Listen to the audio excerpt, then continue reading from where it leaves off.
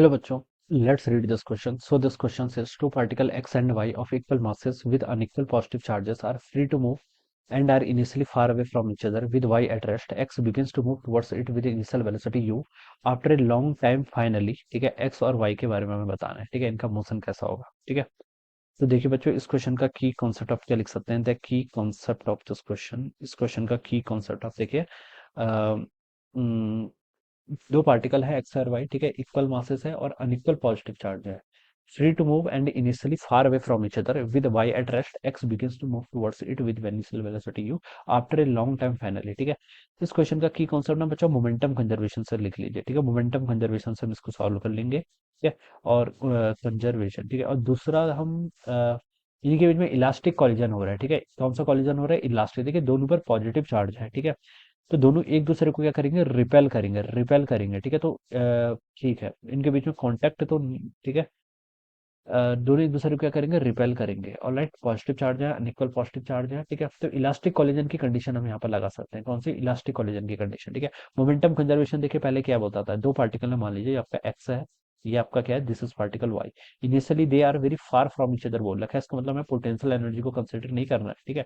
ये वाला तो आपका रेस्ट पर है, ये क्या आपका रेस्ट पर है, और ये वाला आपका मूव कर रहा है with some velocity u, u speed से मूव कर रहा है, ठीक है। ये बिफोर कॉलिजन की सिचुएशन है। आफ्टर कॉलिजन मान लीजिए ये वाला एक्स है, ये आपकी कुछ वेलोसिटी वी1 से मूव कर रहा है, ये आपका वाई है, ठीक है।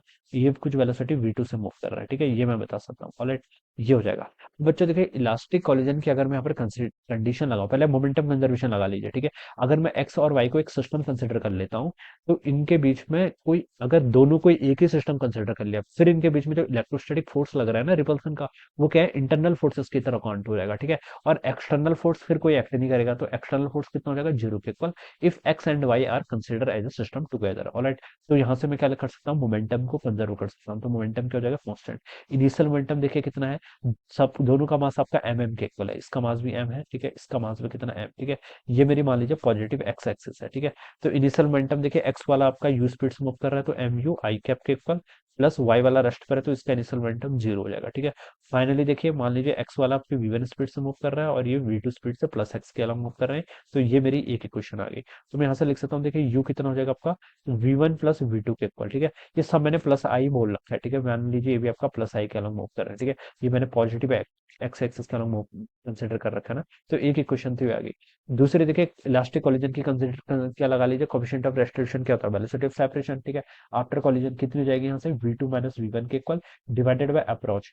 ये एक्स वाला वाई की तरफ आ रहा है विद इनिशियल वेलोसिटी, इलास्टिक है तो ये 1 के इक्वल हो जाएगा। तो एक कंडीशन यहाँ से आएगी कि अब वी टू माइनस वी1 आपके किसके? यू के इक्वल हो जाएगा।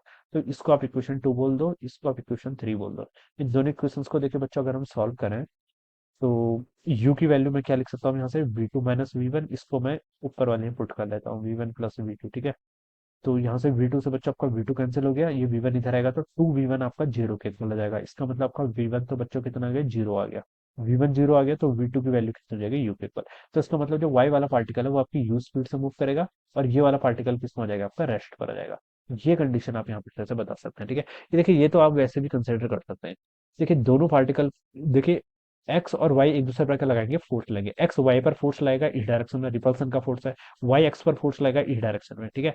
तो देखिए बच्चों, यहाँ से मैं क्या बता सकता हूँ कि एक्स की वेलोसिटी तो इस डायरेक्शन में थी, फोर्स लग रहा है इस डायरेक्शन में, तो ये क्या है? आपका रिपल्सिव फोर्स है, और ये फोर्स ऑलवेज एक्ट करेगा। क्या करेगा? आपका ऑलवेज एक्ट करेगा। तो इस फोर्स के कारण मैं बता सकता हूँ कि ये वाला एक्स की वेलोसिटी इस डायरेक्शन में है, फोर्स इस डायरेक्शन लग रहा है, तो ये रिटार्डेशन का केस है। किसका? रिटार्डेशन का। जब वेलोसिटी और एक्सेलरेशन के बीच में 180 डिग्री का एंगल बन जाता है, तो रिटार्डेशन हो जाता है। इसके कारण एक्स वाला रेस्ट पर आ जाएगा, वाई वाला रेस्ट पर था, लेकिन इस पर फोर्स इस डायरेक्शन में लग रहा है, तो वाई वाला क्या करने लग जाएगा? आपका मूव करने लग जाएगा, ठीक है।